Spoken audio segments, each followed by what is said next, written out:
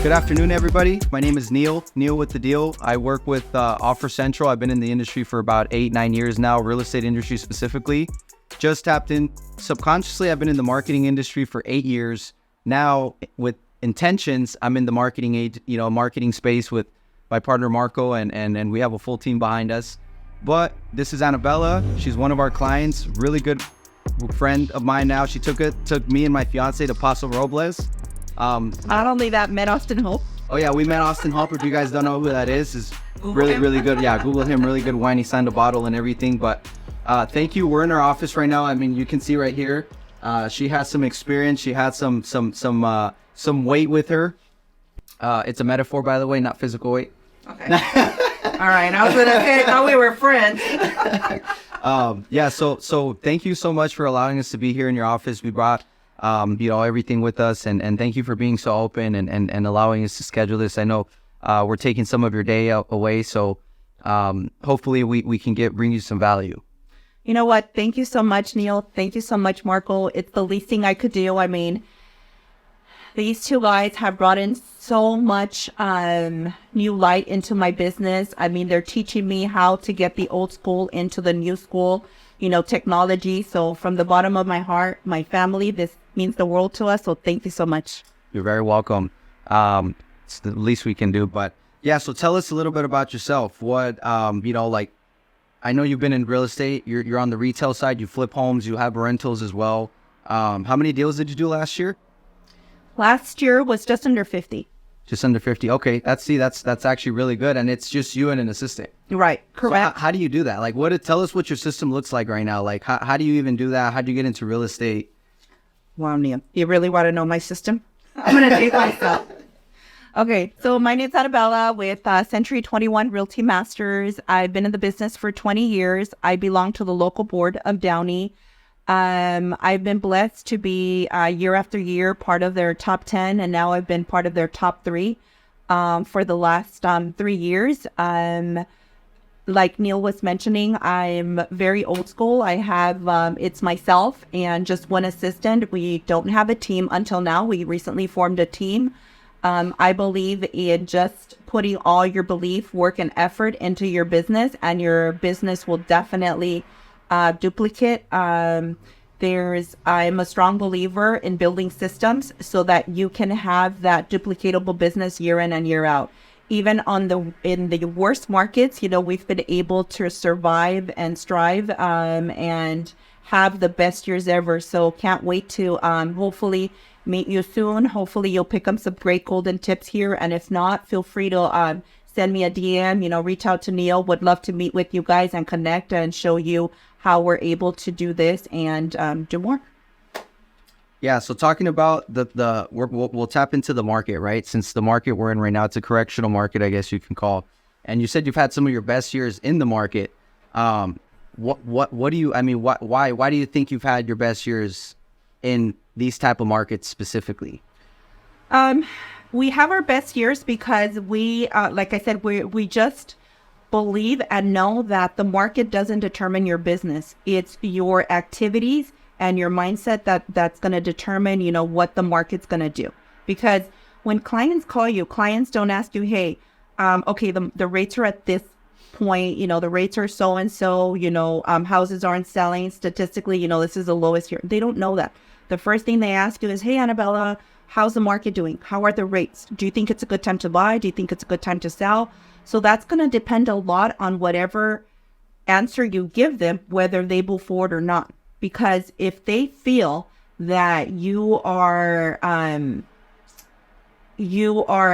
feel strong enough about the market, they're going to make a move. Of course. If you doubt yourself, it's kind of like traveling on a plane, and then you have the flight attendant, and you see the flight attendant, no matter how much turbulence, the flight attendant is, serving the water, serving the drinks, taking care of everyone. She's in control. Of course. So once you see the flight attendant, if they become nervous, they're in their seats, they have their seatbelt on, then you're in trouble, right? Mm-hmm. So always consider yourself the flight attendant of the market.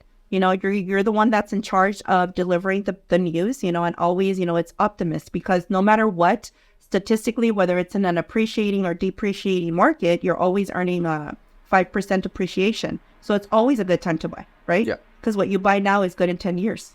It's funny when people ask me, hey, is it a good time to buy? I say, you're asking the wrong question. The question is, if shit hits the fan, can you still afford the payment? Oh my gosh, spot on. Yes, exactly. That's really the question. Yeah. Because even people right now, it's always a good time to buy. Right. And I always believe that you should get into real estate when you can get into real estate, because a lot of people say, oh, I'm going to wait for the market to go down. Okay, cool. Well, right now you're qualified through a verification of employment program. When shit hits the fan, that program's not going to be available no more. So what happens? You're not going to qualify. Exactly. When you can get into a house now, even if rates are high, next year or 2 years down the line, make sure you can afford the payment. Don't over leverage yourself. But in 2 years, when the rates go down, you can just refinance and you'll qualify because you have the real estate. Yeah. And even if right now people are saying, well, this is all I can afford, this is the only home I can afford, and I'm not going to be able to do anything else, that's great. Because as long as you buy your property, even if you never save another dime, that's going to be your retirement plan. Mm-hmm. Because you're going to have at least $1 million, $1.5 million, by the time you retire in the next 20 to 30 years, that's how much that property is going to be worth, right? Yeah. And if you continue renting, obviously with inflation, with the interest rates, I don't care how low the interest rates are, but people don't stop and think, okay, I can't afford to buy right now because the rates are so high and I can't afford the payment. But in paper, you do, right? Well, let's just say hypothetically, you're going to wait for the rates to go down. And then when the rates go down, what happens? Everybody and their mother wants to buy a property. So then now you need to have $150,000 on hand to be able to pay the appraisal difference. Yeah. Right? Yeah, it's interesting you say that, because either you buy a house now at the so I actually heard somebody say this the other day, where you could either buy the house now with rates high at 500,000, or you can buy it when rates are low at 750. Exactly. The cool part though about the rates is that you can't renegotiate the price. The price is the price. But the rate, if rates come down, you can just refinance. Exactly. And renegotiate the rate. That's why they say date the rate, marry the home, and divorce the rent. Wow, I never heard that. That's good. Yeah, that's a good one. That's interesting. Yeah. Yeah, and then it's different for everybody, right? It depends on your situation. It depends, like, are you a business owner or stuff like that? Like, people are like, hey, should I buy a house? Yeah, you should. You should always buy a house, right? But then some people are saying like, hey, I'm gonna rent, but renting is a strategic move. You can rent and still do it, because I know like myself, I still live in a 2-bedroom apartment. I rent, but I'm flipping homes, and I bought properties and sold properties and stuff like that. But I'm in the rent market by choice. So what do you think about that? Like, well, you're right, but how many people? I mean, you're just a unique individual. But exactly. How many people do you know that can actually rent and still afford to save? Most people are, on average. I mean, the average consumer has about $2,000 in savings. Yeah. $2,000 isn't going to get you anywhere. But just imagine, that's what I'm saying. It's no matter what, buying property will always keep you in the building your wealth, yeah. Whether it's just through your equity, or because right now we have programs where you can go in with as little as $500, no That's mortgage crazy. Insurance. I mean, what? It's like, exactly. See, I didn't even know that. Yeah, there's and then we just until 3 months ago, we were still, when the rates were at 6.5, we were still locking in rates for 30 years for 4%. Right now, the rates are at 7.25. Right now, we're still locking in them in for 30 years at 6.3. Yeah. So if you figure, that's money you're saving. Yeah. So it's just like you're saying, everyone can buy a home. It's just we need to figure out how. So many programs. Exactly. So many programs. There's 50 down payment assistance programs. And it's like most of these are grants. You don't even have to repay it. Anywhere from $15,000 to the max I've heard is $150,000. And you don't even have to repay. And the best part is you don't have to be a first-time home buyer. Wow. Knowledge is power. See? Yeah, see, I didn't know any of that stuff. Most realtors don't. Yeah. And then this is why you're this, right? So yeah, that's interesting. So tell us, what does your typical day look like? Okay, so my typical day is I start in the morning. I do my affirmations. I do my affirmations first thing in the morning, and then at 7:30 I jump on the phone with expired. So I'll do 7:30 to 7:55. And then at 8 o'clock, I review my emails just to make sure to set my agenda for the day. 8:30, I'm back on the phones from 8:30 to 11:30. From 11:30, then I go ahead and follow up on any calls, follow up with Jazz, my assistant, make sure everyone's calls are returned. 12 o'clock, I'm going to take a quick break, a lunch break from 12 to 12:30, 12:45. Then 1 o'clock, I'm going to come back and look up any properties that I have for my buyers. See, and I'm telling you this system where you can do it as a solo agent, okay? So I come back at 1 o'clock, look up any properties. And if there's any properties, I'm going to go ahead and print them so I can have them scheduled. And then that brings me into 1:45, 2 o'clock. From there, I'm going to look up any fires with my files. That's from 2 to maybe 2:45, 3 o'clock. So then I give Jazz, okay, Jazz, you're going to work on these files. Make sure to follow up and do these emails. And then what I'm doing in the meantime, I'm working on any CMAs or anything, any reports that I need to send to clients. And then from there, that brings me up to about 4:30. From 4:30, it's either I'm going to go sell homes because we don't show homes, right? We sell homes. Yes. So I'm going to go sell a home or go on a listing appointment. If I don't have any of those, then what we'll do is we'll jump back on the phones, and that's pretty much bring me into 6:30, and then the next day. Nice. And wow, that's like very. You're scheduling every 30 minutes. Yeah, and then what I do is I like to theme my days. For example, on Tuesdays are social medias, Tuesdays and Thursdays. Mondays, it's just to implement the new system, set up the idea, what open houses we're going to be having. Fridays is follow up to the clients. So every day, and then Saturdays and Sundays are open houses or selling homes. So you work 7 days a week? Pretty much. How long have you been doing that? 20 years. 20 years, 7 days a week? Which is now, this is the beauty about building a team. Now that I have a couple of agents helping me, now they're doing the open houses. So now I'm able to take Sundays because now that they're helping me, I'm not taking a day off. Notice how I'm still working on Saturdays because we have to supplement when we're growing the team. It's not about you stop doing the work. It's about growing it and making it better. So while my team is out there doing the open houses, I'm either door knocking for them or cold calling for them. Yeah, that's good. That's interesting. And like you said, it's a lot of people, they hire someone and then they think it's going to replace them, but not necessarily. It's like a supplement. Now exactly. It frees up your time to work on the business instead of in the business. Correct. Because at the end of the day, if you remember who you're working for, remember it's that client, that seller, that buyer that's trusting you that you're going to be able to work for them. So as long as you remember, they didn't pay me to go out and have an extended lunch. They're paying me to make sure their home gets sold and promoted. So by us building a bigger force, we're able to send that message out and create that sale a lot faster or the closing. Yeah, for anybody joining real estate, you got to be careful with those realtor happy hour lunches. You got to be careful with those because it's the people that do those most of the time they're not even producing. Exactly, and like I said, I'm there too, but it's an occasional thing. It's not a weekly thing. It's not. It has to be like I've earned it. Like anything else, when your boss is taking you for an extended lunch, it's like, what did I do? So it has to be earned. It's not something that comes with real estate because, it's a good point.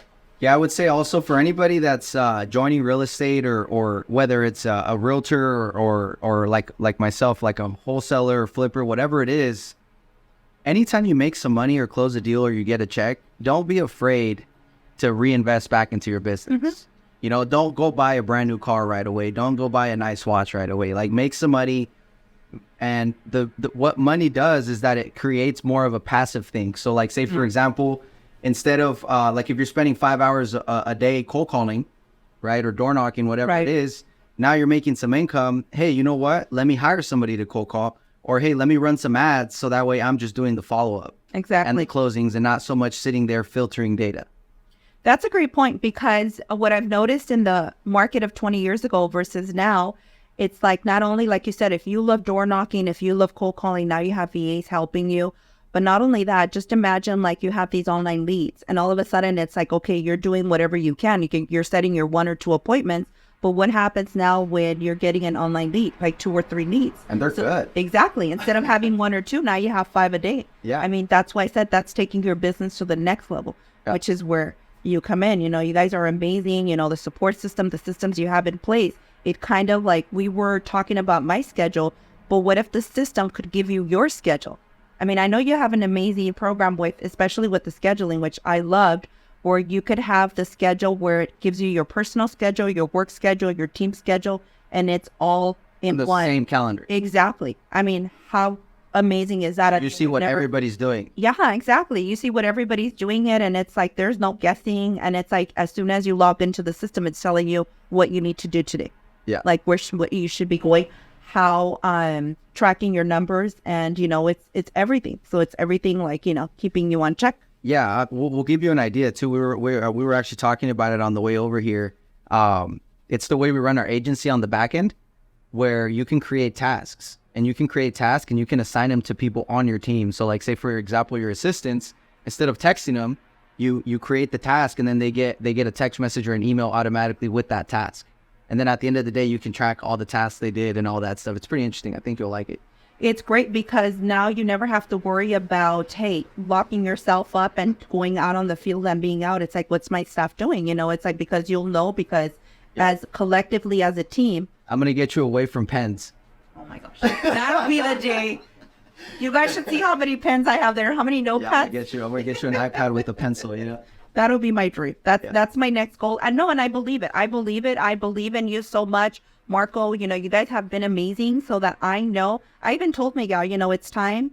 That's why I hired Gil. And I said, you know what, Gil, I'm gonna go into just carrying. That's my thing. And the next month, it's just gonna be an iPad. The next time you guys see me, I'm infamous for having my little book with my pen. I'm like, that's not happening anymore. You're going to see me with an iPad. And the best part is I know it's all going to go into the system. Yeah, it's all cloud-based. So like say, for example, if you have an iPad and say there's different programs that you can use where you can upload stuff, and then your staff will get notifications saying like, hey, we need to work on this or we need to work on this. So like if you're out on the field, instead of texting an individual person, you just add the task and everybody sees it.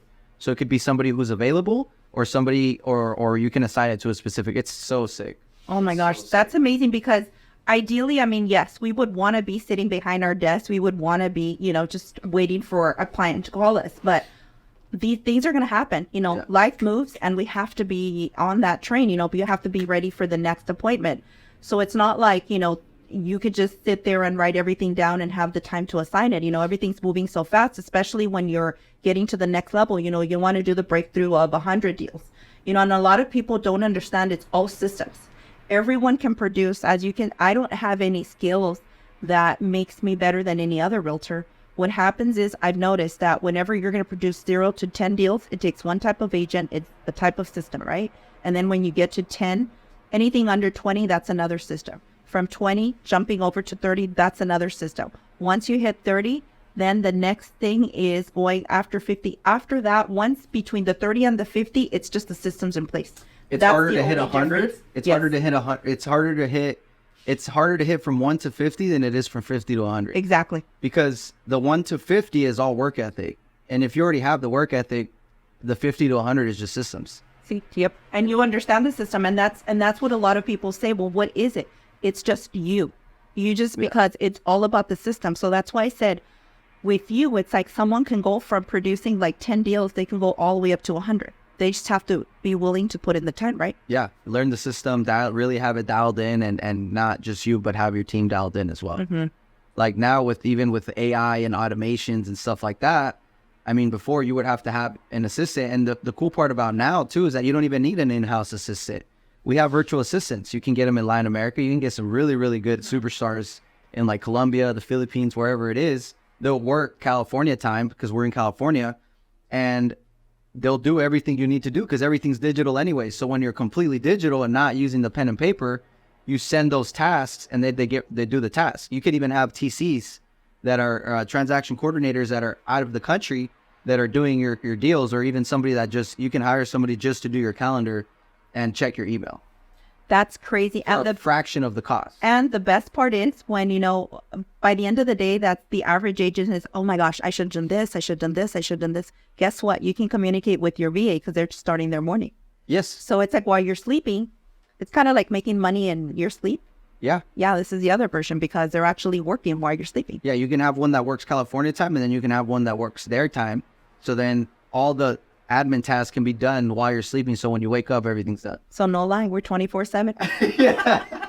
Yeah. And you can have them answer the phone if it's 2 a.m. I don't know if you want to do that, but it's an option, Oh, I do. I have someone answering my phone 24/7 because imagine how impressed, even realtors are impressed. They're like, oh my goodness, Yeah. People forget, it's that, you always have to stick to technology is good, but it's always stick to those basic fundamentals, whether it's you or someone else on your team, but just make sure to answer your phone. Yeah. Yeah. And it's interesting because to get where you're at, it's one thing to get there, and then it's another thing to teach somebody. And stay there. And stay there. Yes. Because a lot of the times when that happens, now you're training somebody else. So sometimes your production takes a small hit, but then it's one step forward to take one step back to take 3 steps forward. Okay. Right? Calm down, Neil Armstrong. It's a short-term sacrifice for a long-term gain, right? Because then you can say you lose 10 deals that year, which is a lot of money. Ideally, you don't want to do that, but you lose 10 deals, and then the next year you do 30 more. Mm-hmm. And those, dial them in. Yeah, and you dial them in, and those systems allow you, because if your team grows with you, now you have bigger and better ideas, and now you can move on to the next thing. So I got an idea for you too. What? When you do training, say Gilbert, what if when you're teaching them how to do CMAs and all that, why don't you do it through Zoom and record it? So next time you hire someone, and instead of you teaching them again, you just show them the video. That's a great idea. And then you just have a library of videos. That's what we do. Instead of writing it down with all my 101. Yeah, you just have a video. That's what we do. When like Marco created a whole course for our onboarding as far as virtual assistants. So anytime we hire somebody, they just do the course. It takes like 2 weeks. It's a full-blown course because we have so much content. Yeah. They do the course, and then by the time they finish the course, they're already experienced in what we need them for. And that's great because you can always, go back and redo the course at your pace. Mm-hmm. Whenever it doesn't, because, the most annoying thing is like, you're supposed to be prospecting and you're supposed to be at appointments, but then you can't because you have this Zoom call. You have to do training. You have to do the Zoom call. And it's like, hey, how do I do a CMA? Here's the video. Or the best part is you could be your assistant or your VA learning how to do it. And then when you come back, they figured it out. So it's like the system's already in place. Or as simple as writing up an offer. They're like, hey, you're at a listing appointment. Say it's $1 million listing appointment. They're like, how do I write up an offer? I need to submit it right now. Here's the video. And then you send them the video, and now they know how to write up the offer. So crazy. I've never thought, it's just this. No, but you're right. And that's how you scale. Yeah. That's how you scale. Oh my gosh. That is so amazing. Danny, are you taking notes? Yeah. So that's really how you scale. So we have like, there's a VA specifically with us that's been with us for 3 years, and he knows how to run CMAs. He knows how to write up offers. He knows TC work. He knows all the dialers we use. He knows the entire system, automations, literally everything. And every training I've done with him, it's been recorded. Wow. So anytime now somebody's like, hey, how do I do a CMA? Here's the video. Or if you still have any questions, call me after. But here's the video. And usually they figure it out with the video. Wow. That's amazing. See, that's taking technology to the whole, but it's good. It's smart. And people don't do it because it takes a lot of work to do it at first, because you have to record it and then you have to keep track of everything.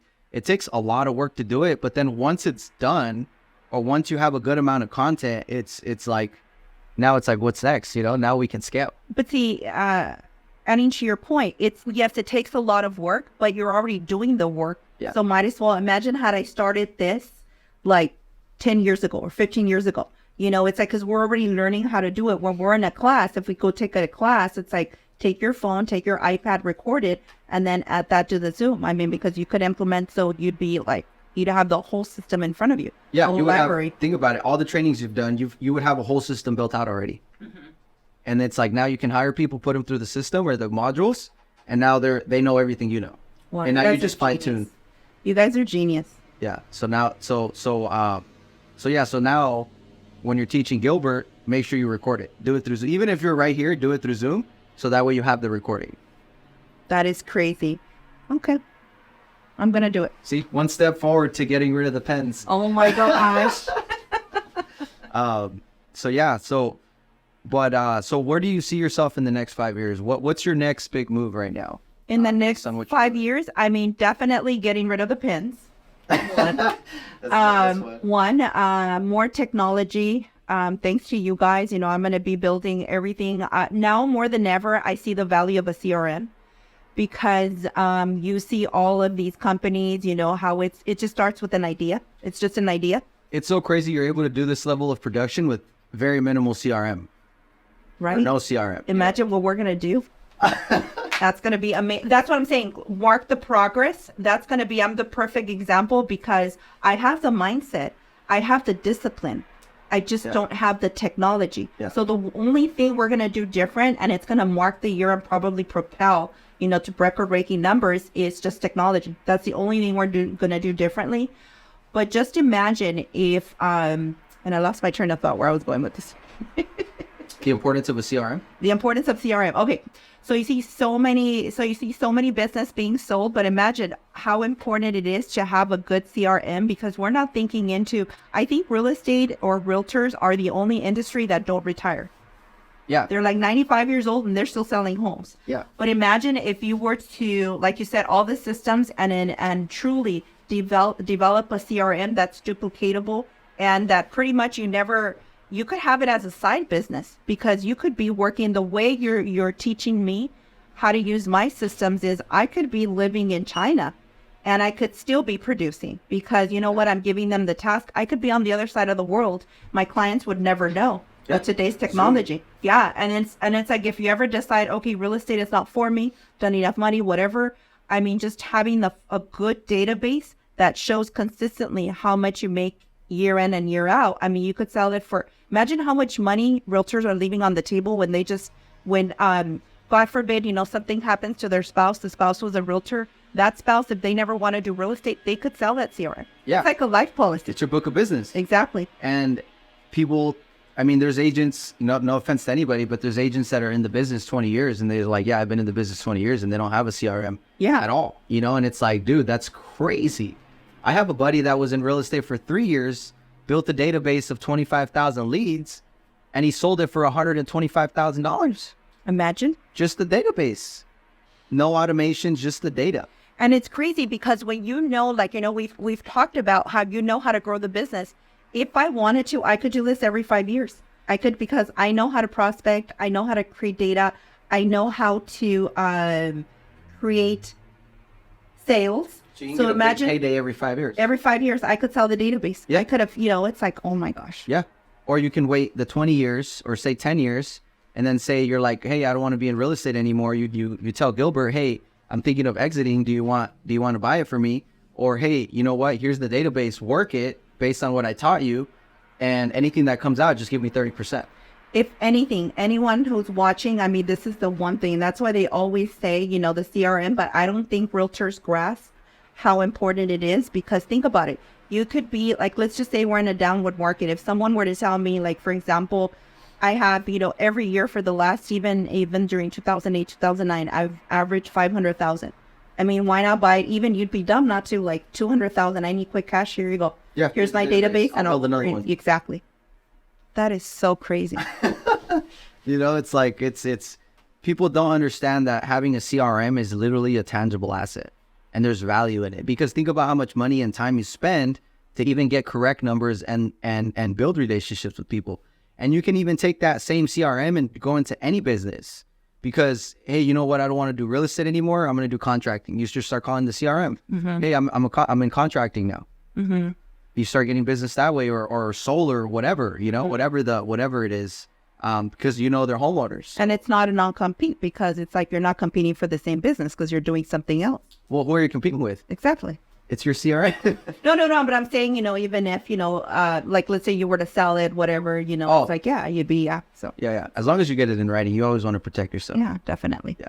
But, a lot of agents don't realize the importance of a CRM, or even just businesses. Like a lot of these small and pop businesses that are profitable don't even have a CRM, don't even have any tech. It's just, I think that's going to be another venture of mine in the near future, is taking businesses like that and then just adding simple automations and CRMs and scaling them and then selling them. That's true. I can see myself. And it's probably those businesses that are right there about to, I think that's the difference between these mega businesses and, the baby boomers. Yeah. Because then you can just run simple automations, and then you can go to a bigger company and sell it to them. Once it's like really, you got to build out SOPs and a bunch of other stuff, but. Okay, now you lost me again. Yeah, so SOPs is something you have to build yourself as well. What's an SOP? Standard operating procedures. Oh, okay. So it's like, if you hired a buyer's agent, what's their job? What are they going to do? What's their job titles, right? It's, it could be comp properties, schedule showing the property, or selling the property, right? Because we don't show houses, stuff like that. So and then as an assistant, what are their SOPs? It's checking emails. So it's just like their job titles. And then that's it goes back into scaling, right? Because then that's a duplicatable thing where, say your current buyer's agent quits or your assistant quits, you hire somebody else, you give them the SOPs, and now they know exactly what their job is. Okay. See, it's being a master of the systems. I have that already in place. It's just I didn't know that was the name of it. But yeah, everything from start. But now I'm going to start doing it in videos. But yes, now you got to start doing videos and doing all that stuff. But so to wrap up, what's something like, say, maybe yourself 20 years ago or like somebody getting into the real estate industry, whether it's wholesaling or an agent, what advice would you give and what would you tell them? What would be the first couple steps to do if you're getting into the industry? That's such a great question. And I think like anything, it's universal, and this could be applied to any, whether it's a new or a seasoned agent. It's definitely get a system that you trust, find a good CRM, start building it, track your numbers, and definitely be careful who you surround yourself with, because those are the three things that can either make it or break it in this business. Wow, that was awesome. Thank you for sharing that. Awesome. Yeah, thank you for doing this and allowing us to come into your office. No, thank you. Thank you. Cool. Let's do it. Thank you, guys.